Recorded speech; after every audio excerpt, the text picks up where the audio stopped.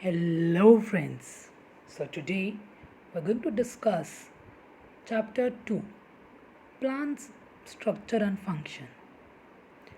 So, I straight want you to know that there are every plant has a few parts. So, in this chapter, we discuss all those parts in detail. So, as it's mentioned, wait a second, let me open the brush. So, keep a moistened ball of crumpled paper in a conical flask. Basically, what you do is take a flask, take a cotton or a rubber paper, and soak some seeds. Then you observe the changes. So, as I zoom it, you will see that two such structures emerge from seed: the radicle, the plumule. The roots originate from the radicle, and the rest of the plant emerges from the plumule. Okay, so as it is mentioned, the root that forms from the radicle grows into the ground. The root is thick near the ground. Okay, as you see, the root is thick near the ground and gradually tapers off. Gradually tapers to the pointed end. This part of plant growing below the soil for support is called root. Like every building has a foundation. Root is a foundation of the plant. Okay? Roots of some plants produce secondary roots that grow obliquely and spread far and wide in the soil. Okay? Obliquely means like spreading. Spread far and wide in the soil. Roots support the plant. This type of root is taproot. This is an example of taproot. This grows in a straight manner and the branches spread. Root bear hair-like processes near the root. These are called root hair. So as I zoom in, this portion is what will you call root hair. Okay? The root tip is delicate. This is the region of the growth of the root. Basically, if I go this part has cells that are actively dividing. So as a result, if you happen to remove this portion, the encircled portion, the root will stop to grow horizontally. It will continue to grow vertically, but it will stop here. Okay. So in order to avoid some damages, it is covered by root cap. Okay, now second experiment. So take a plastic jar and fill it with 3/4 of water and then place onion. After 3 to 4 days, you observe fibrous roots. The term fibrous is termed from the word fiber. It is like thin. Many thin roots is the fibrous root. There are two main type of roots: tap roots and fibrous root. Dicotyledonous plants have tap roots while monocotyledonous plants have fibrous root. Basically, cotyledon is a structure present in the seed. So the plants having two cotyledons are called as dicotyledonous, and the plants having single cotyledon are called monocotyledonous. Okay, so the third part is sow the seeds of plants like mustard, jawar, corn, pea, coriander, etc. in an urban pot. Okay, cultivate the plant for 8 days. Once the plants grow 50 to 20 centimeter high, uproot them carefully while the soil is moist and put them gently. Basically, after you uproot the soil, we will see a thing. Plants like maize, sugarcane, sorghum have two type of roots. Some roots are underground, while some grow from the stem just above the soil. Okay, the later are called adventitious root. Okay, basically what happened, how you define root. Root is a structure that originates from the radicle of the plant. So any other root that does not originate from the radicle of the plant is not the root. It can be any other root, but it's definitely not the main root. Now these roots, as you can see, they originate from the stem. They do not originate from the radicle. Hence, these are called adventitious roots. Besides normal functions like absorption of water and minerals, anchoring and supporting, plant's root perform some other function too. Roots too show some modification to perform these additional features. Okay, roots, some example of modified roots are aerial roots, stilt roots, runner, breathing roots, etc.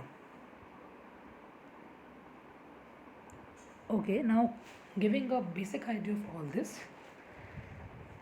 Basically, runner roots are the one that basically one root, it instead of growing down, basically if I use the term vertically, it grows horizontally. Okay, and then these give rise to new structure. This is called runner. Breathing roots, pneumatophores.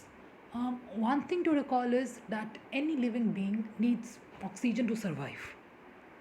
For roots, for mangrove roots, which are under the water, this oxygen becomes an issue.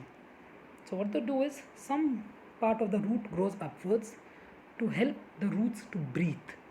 This is called pneumatophores or breathing roots. Okay. So one thing in the banyan is that there are many roots. If you have seen a banyan plant ever, you will notice that the roots come out of everywhere. Okay, and often you will see children playing in it. Actually, one shouldn't play with the banyan root because actually these roots support the tree. If the root is uprooted, the tree will have a hard time supporting itself. Okay, so in particular case in Kolkata, for example, the Indian Botanical Garden, a 250-year-old tree has thousands of prop roots. Okay, because they weren't destroyed by children playing or by cut. So ideally, the prop roots shouldn't be disturbed in a banyan tree. Okay, so basically, this is the case.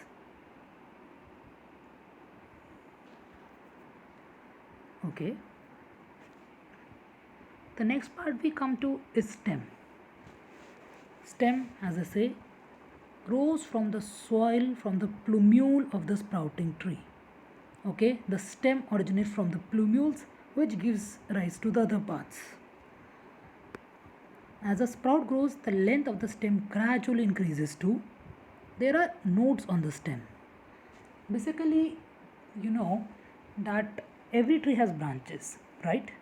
The part where the branch comes from is called node. But even before branches begin to form, nodes are already there. Okay, for example, this node, sorry, this is a node and this is a node. A branch may appear in some due time, not right now. Leaves come out at the nodes. The part of the stem between two nodes is called internode. The typical or atypical end of stem is called a bud. Bud basically helps the stem to grow upward. You crop the bud and the plant won't grow upwards. Then the stem is differentiated like this. You know hedges, right? Hedges are often used for protection. Like hedges, if I have to define, basically if it's a home and I have to make a thick covering. So what I do is I crop this part up, I crop the stem up and then the plants grow like this, and there is another plant here, it again grows like this. There's another plant here, it again grows like this. So basically what happens, these plants, as they combine together, they form a hedge. It's very thick and difficult to penetrate for cows, deers, or any other thing you want. Now leaf. Now remember that leaf is one of the most important part of the plant. They help in photosynthesis and they have a lot of functions as we discuss. What is? Leaves grow from the nodes on a stem. Leaves are generally thin, flat and green in color. Okay, the broad spread out part of the leaf is called leaf blade or lamina, and the edge is called leaf margin. Okay, that is basic thing. Margin is defined, this is the page. If they have the margin, this is called as margin.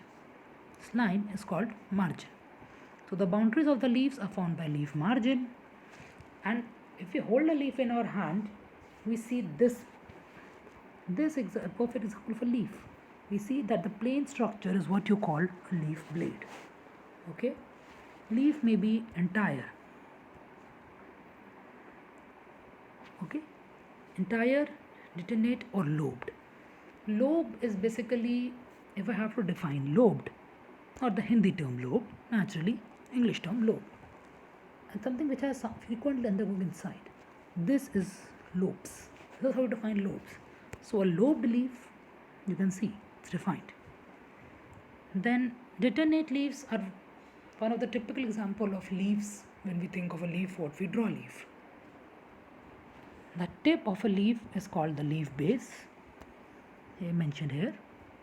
It may be tapering, pointed or round. It may be tapering, pointed, it's a bit more pointed here, or round. Generally we have tapering, pointed are more common. Leaves of some plants have a stalk called a petiole. Leaves of some plants do not have a petiole. Now you can see around, most of the plants I know have petiole, like rose. The portion of leaf attached to stem is called leaf base. Okay, small leaf-like structure may be present near the leaf base. These are called stipules. Do you see stipules in all the plants? The answer is no. Not all plants have stipules. Leaves of some plants have single undivided leaf blade and a single midrib. Such plants are called simple leaves. Okay, for example, if I have to draw it, this is a simple leaf. Apologies for my bad drawing. It is single undivided leaf blade and a single midrib. Okay, it's a simple leaf divided into many small parts called leaflets. One of the example I would give is that consider lily. It's a long leaf, but it's more like this. There are multiple lines. Okay,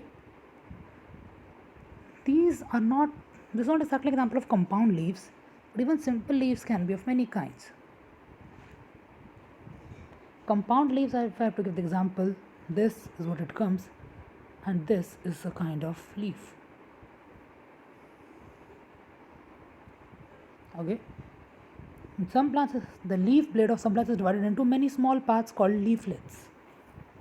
Okay, you may say, I'm not really sure, but Dhatura may be an example of compound leaf. Okay, observe and discuss. Observe a branch of plants like rose, neem, coriander, hibiscus, etc. Okay, in different plants, the arrangement of leaves is different. It may be alternate. Basically, this is the stem. These two are nodes. To describe alternate, it's like One leaf here, one leaf here, and one leaf here. Add the leaf base, stalk, and all those things. As it is mentioned here. Alternate. One is desiccate. Basically, like if this is the leaf, this is node, this is another node, this is leaf 1, this is leaf 2, this is leaf 1, this is leaf 2. Basically, okay, maybe not a, and this is another leaf. They're attached to same nodes. This is an example of desiccate. Opposite is like this. One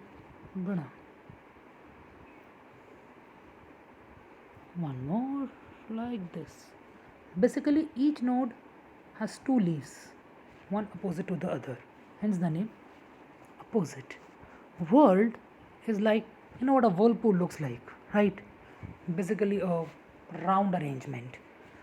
So in this I use sort of, it will be a 3D structure, so kindly bear with me. This is the front and these two are on the back. Basically a world, like a whirlpool basically. That's a world arrangement. Okay. Heading. Take a people leaf and a maize leaf and observe them carefully. Okay. The people leaf is divided into two equal parts by single mid vein which rises along the midline of the leaf blade. Okay. Secondary braids arise from the main vein. They are branched and form a network. Okay, like almost a river network or another network. On the other hand, maize of leaf, all veins are parallel, running from leaf blade to leaf apex. The people has reticulate venation here. The maize leaf has parallel venation.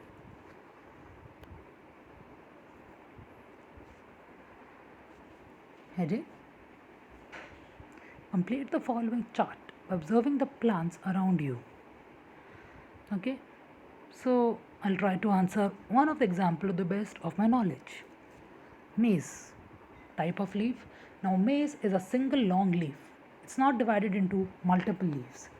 So as we see, the maize is a simple leaf. Okay, simple leaf. Shape of the leaf blade. Now it's more like rectangular, if I have to say that. Though it's not exactly rectangular, it's a bit circular. Venation, you see maize has parallel venation. Shape of leaf margin. The margin, if I have to define that, basically it's a long leaf like, this is the stem and it's like this, if you're able to understand that. Shape of leaf margin is cylindrical. Shape of leaf apex is triangular. Maize has no petiole, it has no stipule. Arrangement, I am not aware of that.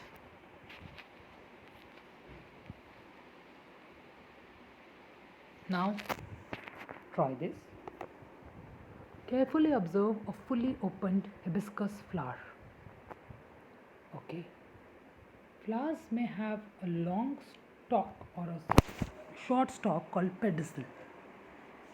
Okay, for example, if you've ever seen a flower, you know this is the stem, this is the flower, then this is what you called pedicel.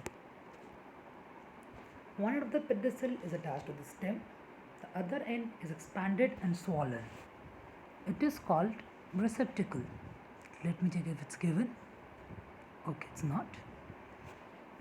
It is receptacle. The swollen end.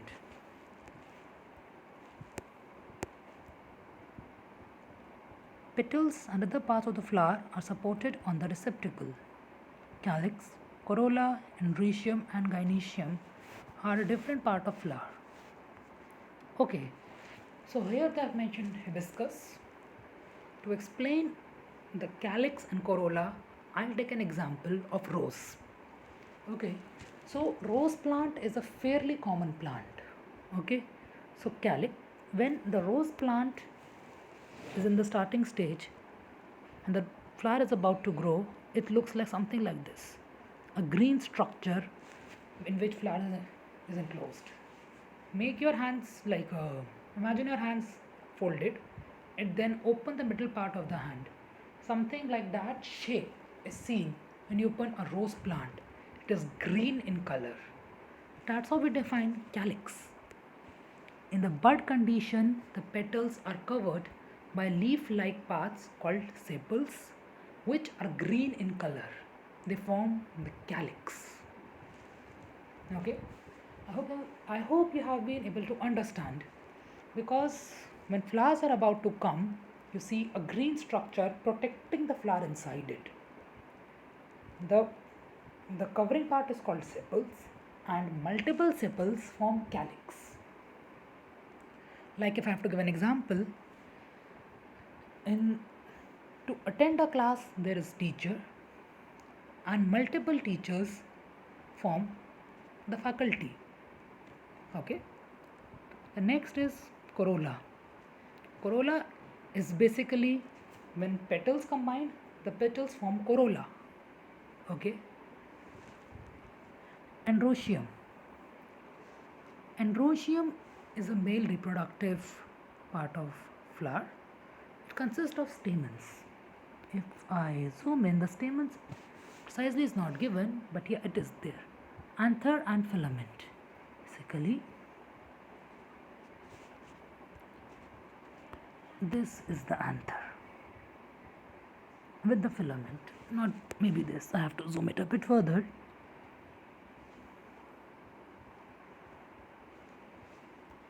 The anther and the filament.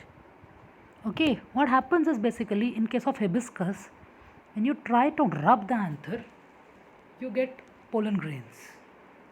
They help in the reproduction. Okay, try rubbing it, it won't be of much harm. Gynoecium, it is the female reproductive part of the flower. It is made up of carpel. A carpel consists of stigma, a long root style, and protected hair, the ovary. Okay. So what happens after maturity is these anthers burst open and they release the pollen grains. Okay. Now many plants have various different ways of spreading pollen grains. Some spreaded by insects, some by water, or some by air. That actually depends. Okay.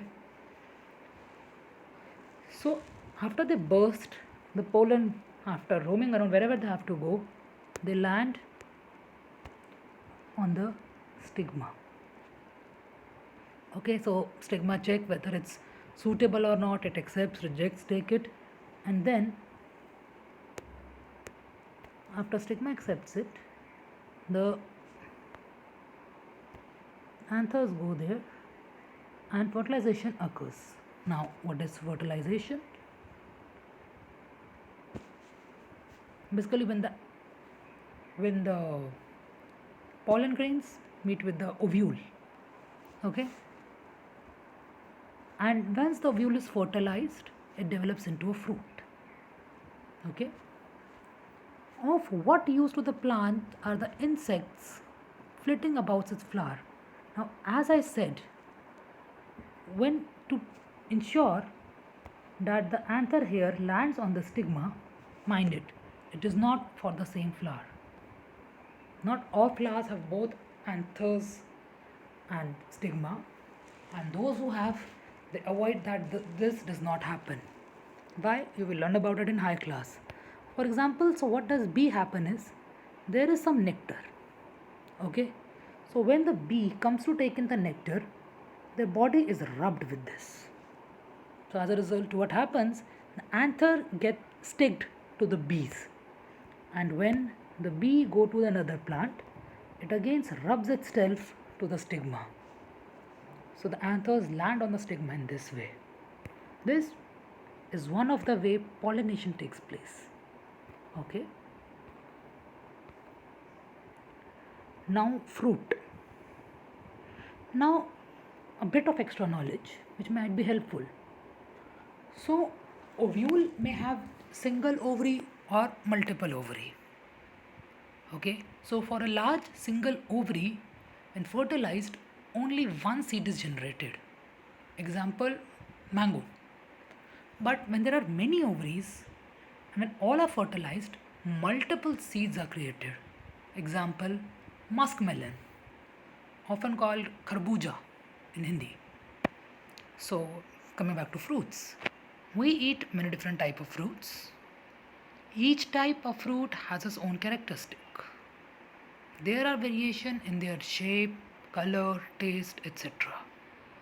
Okay?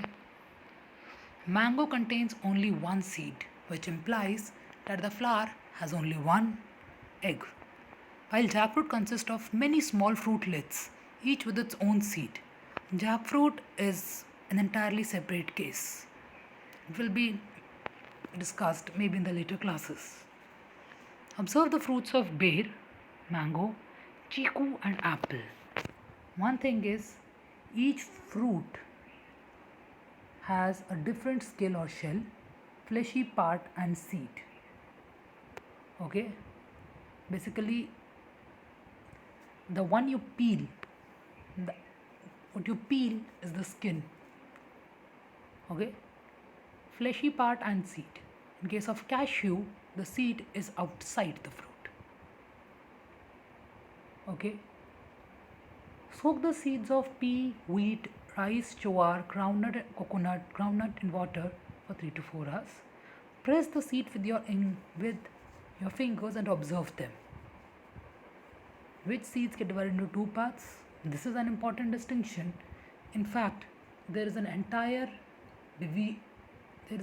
one part of taxonomy of plants is monocotyledonnae and dicotyledonnae.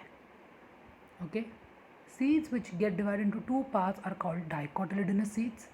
Seeds which do not divide into two equal parts are called monocotyledonous seeds.